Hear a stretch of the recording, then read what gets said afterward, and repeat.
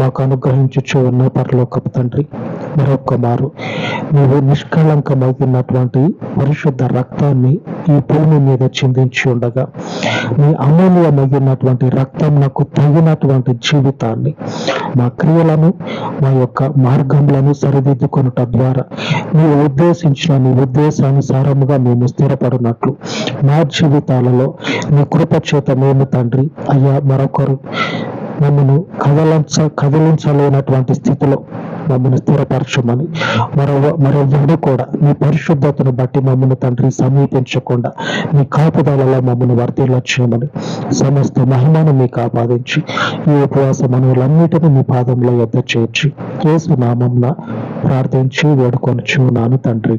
ఆమేన్, ఆమేన్.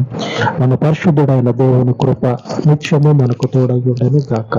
ఆమేన్, ఆమేన్.